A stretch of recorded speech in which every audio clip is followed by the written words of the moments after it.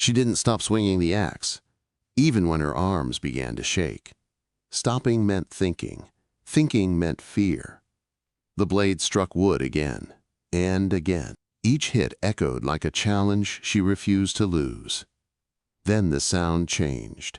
Not the crack of splitting logs, but the snort of a horse. Close. Too close. Ruth Calder froze. Breath caught in her throat. Axe still raised.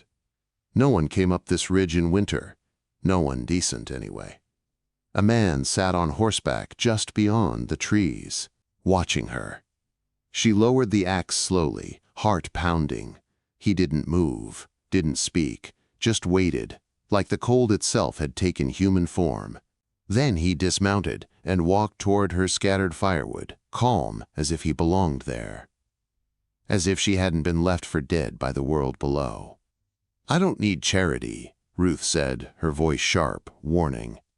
He picked up a log and stacked it tight. Strong hands, steady hands. "Good," he said. "I'm not offering charity.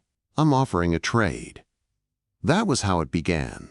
Winter in the high Wyoming hills was not kind to mistakes. Ruth knew that better than most. Her cabin stood unfinished, roof still open to a sky that promised more storms. Wolves had circled 2 nights in a row. Food was low. Firewood lower. Pride was all she had left. And even that was cracking under the weight of hunger and cold. The stranger worked like a man who understood survival. He stacked her wood faster than she ever could, building it tight against wind and snow. Only then did he look at her. "I need a mother for my girls," he said, "and you need shelter before this winter buries you."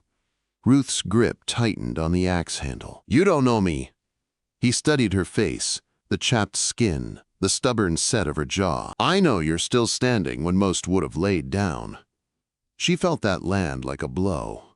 "1 month," he continued, "you help me keep house, teach my girls kindness. I'll finish your cabin and pay fair wages. After that, if it suits us both, we marry. Legal, respectable." Marriage, the word tasted strange, dangerous. "And if I say no?" she asked. He didn't hesitate. "Then I'll finish stacking your wood and ride on. But you won't last till February." Silence settled between them, thick and heavy. The wind carried the distant howl of wolves. Ruth looked at the half-built cabin, at the gray sky, at the bundle he placed on the ground. Dried meat, a wool blanket, bread still warm. "What's your name?" she asked. "Ethan Mercer." She knew that name. Everyone in Timber Hollow did. The quiet rancher. The one who'd lost his wife 2 years back and never spoke of it again. "I'll come back at first light," he said. "Think on it. Out here, pride kills faster than cold." He rode away before she could answer. Ruth stood alone until the wind cut through her coat and into her bones. Then she picked up the bundle and went inside. He came back with dawn. A wagon rolled up the ridge loaded with timber and 2 little girls wrapped in wool. They stood close together, eyes wide, watching Ruth like she might vanish if they blinked. "This is Lily," Ethan said, resting a hand on the older girl's shoulder. "She's 8. And Emma. She's 6. Ruth knelt, so she was eye level with them. "Morning," quote. Emma's lip trembled. Lily spoke first. "We don't bite." Ruth smiled despite herself. "Neither do I." The agreement was spoken plain. $10 a week. 1-month trial. A roof over her head. Respectability she hadn't known in years. Ruth climbed into the wagon with nothing but her extra dress, her mother's Bible, and the axe that had kept her alive. As they rode toward the valley, she saw Timber Hollow below, smoke curling from chimneys, windows glowing warm, the town that had buried her without a grave. "That place already decided I was dead," Ruth said quietly. Ethan didn't look at her. "Let them try again." Emma reached out and touched Ruth's hand, just the tips of her fingers, testing. Ruth didn't pull away. The ranch house was modest, clean, cold in a way that spoke of grief, not neglect. The girls slept in a loft. Ruth was given a small room off the kitchen. Ethan slept near the fire, like a man guarding something he couldn't afford to lose. The first days passed in careful quiet. Ruth cooked beans and cornbread, mended torn dresses. Read by firelight. She didn't push, didn't ask questions. She waited. Ethan worked from dawn to dark. He fixed things without being asked. Left wildflowers on the table one morning, frozen and bent, but bright. On the fifth night the storm came screaming. They huddled near the fire. Wind battered the walls. Snow piled against the door. Ethan carved a small wooden horse. Lily watched the knife. Emma curled closer to Ruth. "Papa," Lily asked suddenly, "why do you still wear Mama's ring?" The knife stopped. Ethan stared at the fire. "Because I wasn't there when she needed me." Silence stretched. Ruth set down her mending. Her voice was quiet. "They say I killed my husband." All eyes turned to her. "They say I pushed him to work the mines. That I wanted more. When he died, they said God punished me." Emma climbed into Ruth's lap without asking. "You're warm," she whispered. "That means you're good." Something inside Ruth broke open. Ethan watched them, eyes shining, face hard as stone. Morning came clean and white. Ethan removed the ring and wrapped it in cloth. "Can't build forward looking backward," he said. Ruth understood. 3 weeks passed. The cabin took shape. The girls bloomed. Laughter crept back into the house like sunlight through cracks. One afternoon, Ethan spoke the words Ruth had been dreading. "We're going to town tomorrow," he said. Her hands stilled on the dough. "You're coming with me." Fear crawled up her spine. "They'll talk." "They always do," he said. "This time, you won't be alone." Ruth looked at the girls, their small hands in hers, their eyes full of trust. And for the first time in years, she wondered if survival was no longer enough. The ride into Timber Hollow felt longer than it was. Ruth counted every breath, every creak of the wagon. The girls sat beside her, bundled tight. Lily watched the road with a guarded look that felt too old for her age. Emma leaned into Ruth's side, fingers curled into her sleeve like an anchor. Ethan drove without a word, jaw set, eyes forward. He didn't look back. Not once. When the town came into view, Ruth's stomach twisted.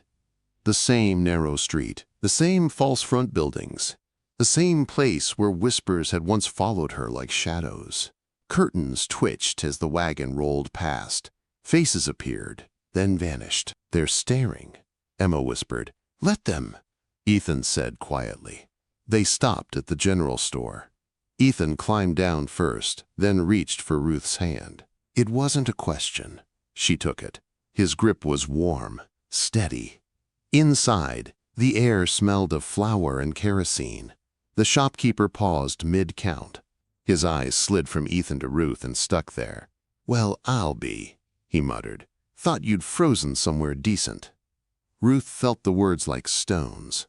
Ethan's voice was calm. "We're here for supplies. Put it on my account." "All of it," he added, after a beat. "Everything she picks." Ruth's breath caught. She moved through the aisles in a daze, choosing flour, sugar, thread. Ethan added fabric without asking. Blue calico. Good quality. The girls touched it like it might disappear. Outside, a man's voice cut across the street. "Well now, that's an interesting sight." Quote, Caleb Warren stepped forward, boots polished, coat too fine for the mud. His smile didn't reach his eyes. "Didn't expect to see you playing savior, Ethan." Ethan didn't turn right away. He finished loading the wagon. Then he faced the man. "My business isn't yours." "When a man of your standing keeps company like this," Warren said, loud enough for the street to hear, "it becomes everyone's concern." Ruth felt the blood drain from her face. Ethan stepped closer. "You questioning my judgment?" "I'm wondering what your late wife would think." Silence slammed down hard. Before Ethan could speak, Lily's voice rang out. Clear. "Fierce. Miss Ruth reads to us. That's more than you ever did for anyone." A ripple moved through the watching crowd. Ethan tipped his hat. "We're done here." They rode out under a sky gone heavy and gray. Halfway home, Ruth broke the silence. "You didn't have to do that." "Yes, I did." "They'll make it worse for you." Ethan glanced at her. "Words are wind. Actions last." That night, after the girls were asleep, Ruth sat alone by the fire. Lily came down quietly. "Will you braid my hair?" she asked. Ruth nodded. Her fingers moved gently. "You're brave," Lily whispered. "I'm glad Papa found you." Ruth swallowed hard. Days slipped by. The house felt warmer, not from the fire, from something else. The girls laughed more. Emma sang to herself while Ruth cooked. Lily helped with lessons, serious and proud. Ethan watched it all from a distance, like a man afraid to touch something fragile. One evening he poured 2 cups of coffee and sat across from Ruth.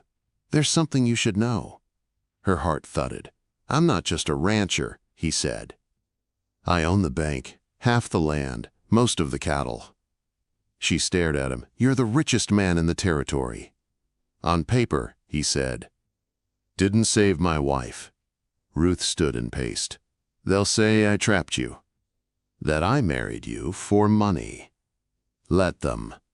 "I don't even know why I'm doing this," she said, voice breaking. "Shelter, the girls, you. I don't know which matters more." Ethan crossed the room but didn't touch her. "I chose you because you know what survival costs." Footsteps creaked above them. Emma appeared, rubbing her eyes. "Miss Ruth," she whispered. "Will you sing the song?" Ruth followed her upstairs. The girls curled close as she sang softly. Their tears soaked into her dress. Downstairs, Ethan listened, eyes closed. "Tomorrow's the last day," he said later. "I know," Ruth answered. "Ask me then." The next day, Ethan went to the town meeting alone. Ruth waited on the porch, shawl tight around her shoulders. Snow whispered against the ground. Dusk crept in slow. When Ethan finally rode back, she knew before he spoke. "You didn't stand," she said. Not accusing, just tired. "I couldn't find the words." She nodded. Silence is an answer. She packed her bag while the girls cried. Emma clung to her. Lily's eyes burned with fury. "You're doing it again," Lily said to her father. "You're letting her go." Ruth knelt and held them both. "You're good girls," she whispered. "The best." She walked down the road alone. Ethan didn't follow. The night swallowed her whole. The road felt endless beneath Ruth's boots. Each step carried her farther from warmth, from laughter, from the sound of 2 small voices that had begun to call her home. Night closed in fast. Wind rose from the valley, sharp and bitter. Ruth pulled her shawl tighter and kept walking. She did not cry. Crying wasted heat, and she had learned long ago that survival came before sorrow. Behind her, the ranch lights faded. Ahead, only darkness and the low shape of the hills. She welcomed the cold. It made the pain easier to bear. Ethan stood frozen in the yard long after Ruth disappeared. Snow dusted his shoulders. The door behind him slammed shut. He didn't move. Inside, Emma sobbed until her voice went hoarse. Lily said nothing at all. That silence was worse. "You let her go," Lily said finally, her voice flat. "Just like Mama." Ethan flinched. "You were scared," Lily continued, "so you did nothing." Doing nothing hurts people. She took Emma's hand and led her upstairs. The door closed, locked. Ethan stood alone beneath the stars. The cabin on the ridge glowed faintly in the distance. The cabin he had built with Ruth, log by log, choice by choice. Empty now. He sank to his knees in the snow. 3 days passed. Ruth vanished like smoke. Ethan rode until his horse foamed, stopping at every homestead, every lined shack, every place a woman might seek shelter. No one had seen her. Some wouldn't meet his eyes. Back at the ranch, the girls moved through the house like ghosts. They ate little. They spoke less. On the 3rd night, Ethan rode to the cemetery. He hadn't been there in 2 years. The grave lay quiet beneath a thin sheet of snow. He removed his hat and knelt, breath shaking. "I failed you," he whispered. "I failed them. I failed her." The wind answered him, nothing else. "I loved you," he said to the stone. "But I can't keep dying with you." His voice broke. "The girls need a father who's alive." And Ruth needed a man who'd stand. He pressed his forehead to the cold earth. "I was there in body, not in courage." For a long moment the world was still. Then, faint and distant, a meadowlark sang. The sound startled him. Winter birds did not sing without reason. Ethan stood. "I'm going to fix this," he said. Ruth curled in the corner of the line shack, teeth chattering. No fire. No food. The storm screamed outside, rattling the thin walls. She had known this might be the end. Maybe it should be. A knock hit the door. She didn't move. Another knock, harder. "Ruth Calder," a woman's voice called. "Open this door or I'll break it down." Ruth crawled forward and unlatched the door. An older couple stood there, snow clinging to their coats. Martha Doyle pushed past her with a pot of stew. Moses followed with blankets and wood. "Fool girl," Martha snapped. "Trying to die dramatic." She forced stew into Ruth's shaking hands, built a fire, wrapped her tight. "Ethan Mercer's been riding himself half mad," Moses said quietly. "Looking for you." Ruth shook her head. "He had his chance." Martha met her eyes. "Did he? Or did he have one moment of human fear?" Ruth stared at the fire. "You're tired of being brave," Martha said. "But brave isn't about feeling strong. It's about standing one more time." Ruth closed her eyes. Images rose unbidden. Lily's serious face, Emma's small hands, Ethan's steady eyes when he worked beside her. "One more time," Ruth whispered. Martha smiled. "That's my girl." Ethan followed a hunch through the storm. Smoke curled faintly from the line shack. He dismounted, heart pounding. The door opened. Ruth stood there, wrapped in blankets, firelight behind her. Snow fell between them. For a moment, neither spoke. Then both stepped forward. Sunday morning dawned clear. Church bells rang across Timber Hollow. Families gathered in their best clothes. Heads turned as Ethan's wagon rolled up. He stepped down and helped Ruth beside him. The girls climbed out too, wearing blue calico dresses. Each took one of Ruth's hands. They walked toward the church doors together. A wall of people blocked the steps. Caleb Warren stepped forward. "You can't be serious, Ethan." "This is a house of God," someone muttered. "That's why I'm here," Ethan said. His voice carried. "I'm here to tell you Ruth Calder has agreed to marry me." Quote. Whispers exploded. "She's after your money," Warren sneered. "I offered it," Ethan said. "She refused." Silence cracked open. She worked. She waited. She proved herself to no one but herself. "My daughters needed a mother. She became one." Lily stepped forward. "She sings to us, holds us when we're scared." Emma nodded. "She saved Papa from being a ghost." The preacher rose slowly. "Love covers a multitude of sins." Some people left. Most stayed. Ethan turned to Ruth. "I should have done this sooner." She looked at him, eyes shining. "You did it now." The vows were simple, honest, true. "I do," Ruth said, steady and sure. The girls cheered. Sunlight broke through the clouds as they stepped outside. Spring came late, but when it came strong. Wildflowers bloomed where snow had been. The cabin stood finished, curtains in the windows. A table for 4. Ruth taught school now. Ethan built it with his own hands. The girls called her Mama without thinking. One evening, Ruth sang by the fire. The girls joined in. Ethan's voice rumbled beneath theirs. Outside, the land stretched wide and unforgiving. Inside, 4 hearts beat steady. They had earned this.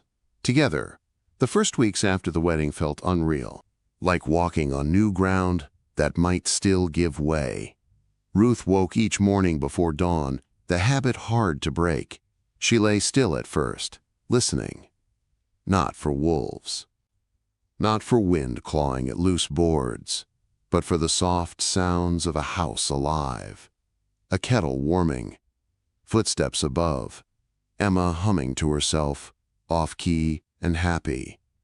Ethan slept beside her, one arm flung across the quilt like he was guarding the world.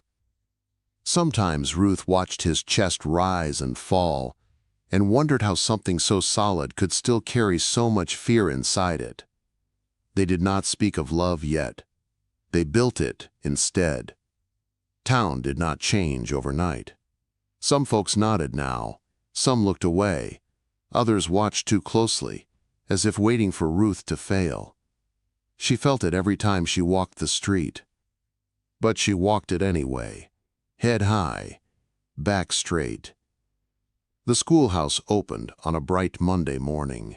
10 children showed up.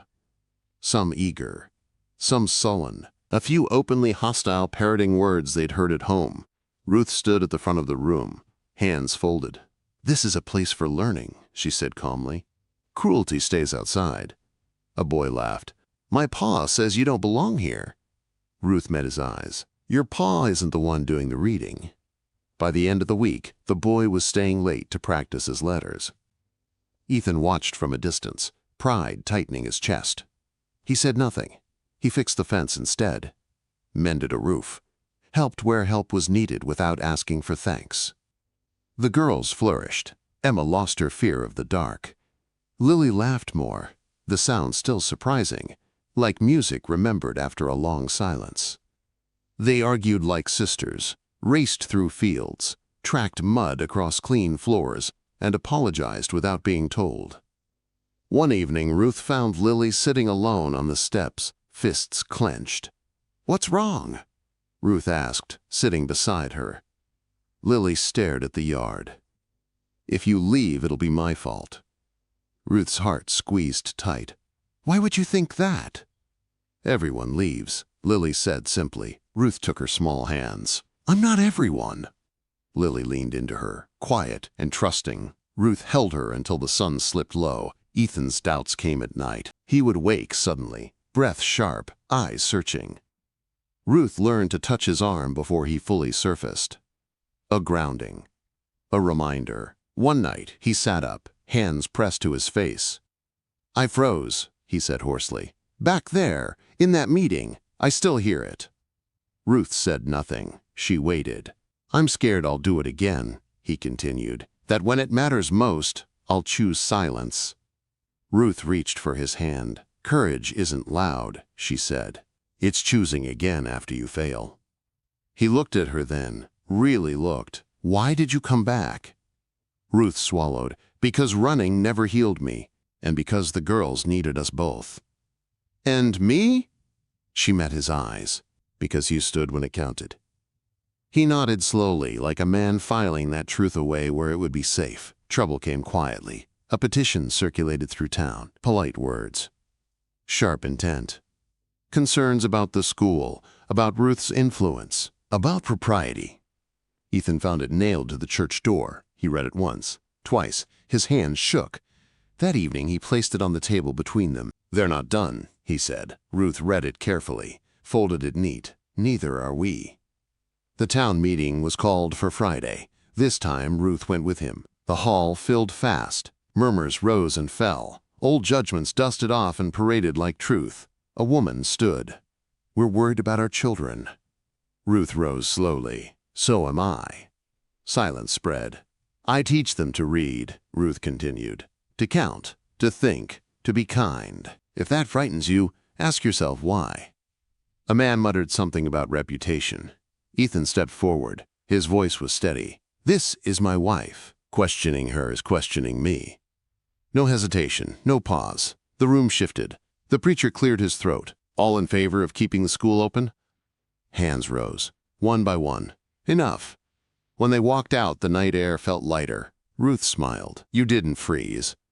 Ethan exhaled. "No, I didn't." Spring deepened. The garden grew wild. Emma planted marigolds everywhere. Lily took charge of the tomatoes like a general. They ate fresh bread on the porch, and laughed when the wind stole napkins. One evening, as the sun burned low, Ethan brought out a small box. "For the cabin," he said. Inside lay a simple brass plaque. He screwed it beside the door himself. Calder Mercer. Home. Ruth touched the metal, warm from the sun, solid. Later, after the girls slept, Ruth and Ethan sat side by side, shoulders touching. No rush, no fear. "I don't need shelter anymore," Ruth said quietly. Ethan smiled. "Neither do I." The wind moved through the grass like a promise. They stayed until the stars came out, building a future one quiet moment at a time. Summer arrived without asking permission.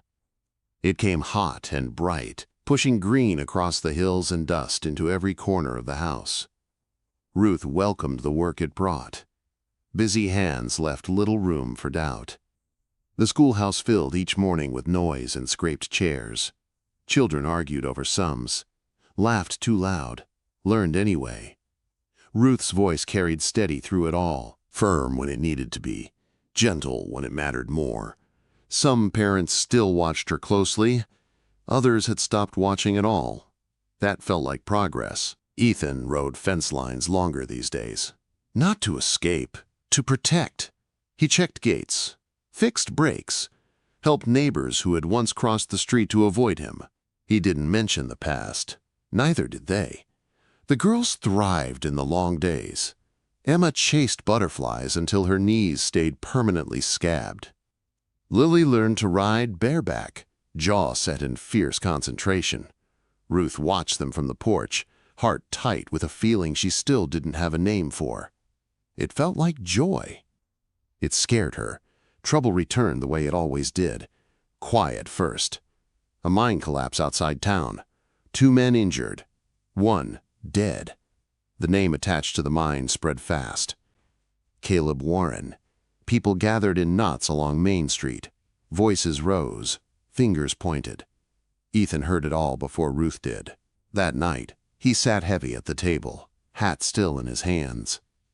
"They're talking about reopening the investigation," he said. "About the mines.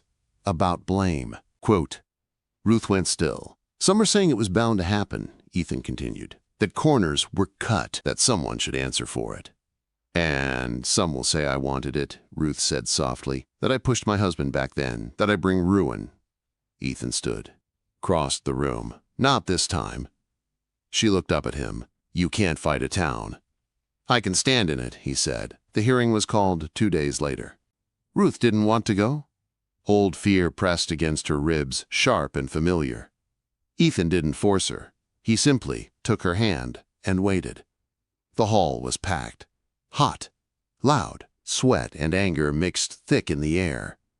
Caleb Warren stood confident at the front, hands folded, face calm. Too calm. Ethan listened as men spoke. About safety, about profit, about accidents being God's will.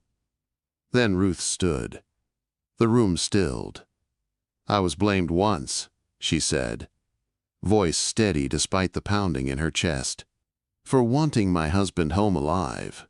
For asking him not to risk his life for wages that barely fed us." Murmurs rippled. "He died anyway," she continued, "and it was easier to call me cursed than to face the truth." She turned her eyes on Warren.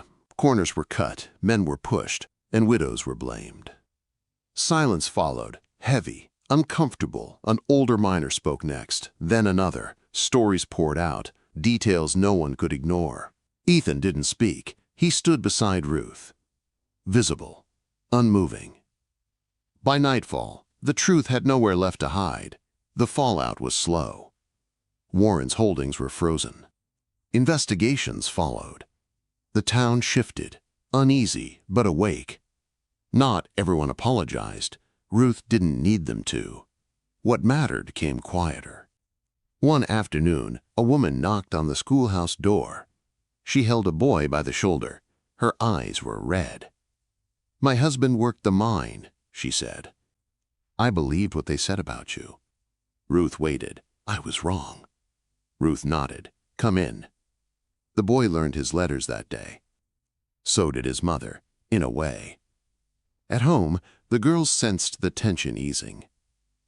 "Does that mean the bad man is gone?" Emma asked over supper. "It means people are learning," Ruth said. Lily frowned. "Learning is slow." Quote, "Yes," Ruth agreed, "but it lasts." That night, after the girls were asleep, Ethan found Ruth on the porch. She stared out at the dark fields, arms wrapped around herself. "You were brave today," he said. She shook her head. "I was terrified."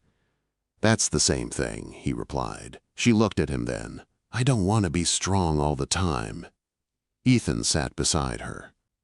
"You don't have to be. Not here." She leaned into him. Let herself rest. The first real test came weeks later. A letter arrived. Official, stamped, an offer. A position in Cheyenne. A larger school. Better pay. Safety. Respectability that came without a fight. Ruth read it twice. Folded it carefully. Ethan saw her expression and knew. "You want to go?" "I want to stop proving myself," she said, "just for a while." He nodded slowly. "Then we'll go." The girls overheard. Emma burst into tears. "I don't want a new place." Lily stayed quiet, but her face closed off. That night, Ruth sat between them. "No one is leaving alone," she said. "We choose together." Lily looked at her. "Do you want to leave us?" Quote. Ruth's heart cracked. "Never." Emma clung tight. "Promise?" "I promise," Ruth said. The letter lay unanswered on the table. Autumn crept in early. Leaves burned gold. Wind cooled. The land shifted toward rest. One evening, Ruth burned the letter in the stove, watched it curl and fade. Ethan said nothing. He simply took her hand. "I don't need easier," she said quietly. "I need this." He smiled. "So do I." The girls ran in from outside, arms full of apples, laughing, alive. Ruth watched them and felt the truth settle deep and sure. She hadn't just found shelter. She had chosen a life. And for the first time, it felt like the right one. The first frost came early that year. It silvered the grass and quieted the valley, as if the land itself were holding its breath. Ruth stood at the window before dawn, watching the cold settle in. Once, frost had meant danger, hunger, fear. Now it meant something else. Preparation, continuity. Another season survived. Behind her, the house stirred. Emma padded into the kitchen in wool socks too big for her feet. Lily followed, already tying her hair back like she had important work to do. Ethan came last, shrugging into his coat, coffee steaming in his hand. "Fence line after breakfast," he said. "I'll help," Lily replied without looking up. Ruth smiled. They moved together easily now. No instructions needed. No tension waiting to snap. Just the quiet rhythm of people who trusted each other to show up. The town meeting that autumn felt different. Not louder. Not kinder. Just honest. People spoke plainly. About the mine repairs. About safety. About what they'd allowed before. Because it was easier than facing truth. Ruth listened from the back this time. Ethan sat beside her, solid and present. No one questioned her place there. Afterward, a man approached her. Older. Weathered. Hat in his hands. "My boy reads now," he said. "Didn't before." Ruth nodded. "He worked hard." The man swallowed. "So did you." That was all. It was enough. Winter returned, but it no longer felt like an enemy. Snow came steady, not cruel. The cabin held firm. Firewood stacked high. The girls learned to skate on the frozen pond, shrieking with laughter every time they fell. Ruth watched from the bank, heart light, calling warnings they half ignored. At night, they gathered by the fire. Sometimes Ruth read. Sometimes Lily did, careful and proud. Emma still stumbled over words but refused help. Ethan listened to it all like it was the finest music he'd ever heard. One night, Emma looked up suddenly. "Mama." "Yes, love? Are you ever going to leave again?" The room stilled. Ruth crossed the space and knelt in front of her. "No," she said, clear, certain. I'm home." Emma nodded, satisfied, and went back to her book. Ethan met Ruth's eyes over the fire. Gratitude lived there, and something deeper, something earned. The anniversary came quietly. No ceremony, no audience. Ethan marked it by fixing the porch rail that had always leaned a little. Ruth marked it by baking bread with a new recipe she'd been saving. The girls marked it by presenting a crooked card covered in drawings and spelling mistakes. It read, "Our family." They taped it above the table. Spring returned again. Green pushed through stubborn ground. The garden came back stronger than before. Emma planted marigolds like always. Lily expanded into beans and onions, convinced bigger plans meant better results. Ruth taught longer hours now. More children. Fewer whispers. Sometimes parents stayed to listen, pretending they had errands while their eyes softened at the sound of learning. One afternoon, Ruth found Ethan standing at the edge of the field, watching the schoolhouse. "You ever regret it?" she asked gently. He shook his head. "I regret waiting." She took his hand. "So do I." They stood there, the past no longer heavy, just present enough to remind them what they'd survived. That evening the girls ran in from outside, breathless. "We found flowers," Emma announced. "Lots of them." Lily held up a woven ring of blooms. "For you." Ruth knelt as they placed it gently in her hair. Their fingers were careful, loving. "You look like a queen," Emma said solemnly. Ruth laughed, tears burning. "Queens usually have castles." Lily shook her head. "They have people." Quote. Ethan watched from the doorway, chest tight. He crossed the room and kissed Ruth's temple, slow and sure. Dinner was simple: stew, bread, apples sliced thin. They ate close together, talking over each other, laughing at small things that mattered more than big ones ever had. Afterward, Ruth pulled out the old reader. "Who's first?" Emma climbed into her lap. Lily leaned against her shoulder. Ethan wrapped an arm around Ruth's back. Emma read, slowly, carefully. When she finished, she looked up, glowing. "Did I do good?" Ruth kissed her hair. "You did wonderful." "Sing?" Lily asked. Ruth didn't hesitate. She sang softly. The same hymn, the one that had carried them through storms and silence. The girls joined in. Ethan's voice followed, low and steady. Outside, the wind moved through grass just beginning to green. Inside, warmth held. Later, after the girls were asleep, Ruth and Ethan sat on the porch. Stars wheeled overhead. The land stretched wide and patient around them. "I used to think surviving was the same as living," Ruth said quietly. Ethan nodded. "I used to think silence kept people safe." They shared a look, understanding without weight. "We learned better," Ruth said. "Yes," he agreed. Together. She rested her head against his shoulder. The house behind them glowed, light in the windows, proof of something real. Once, Ruth had needed shelter. Now she had a home. And love that didn't ask her to disappear to keep it. That was the difference. That was everything.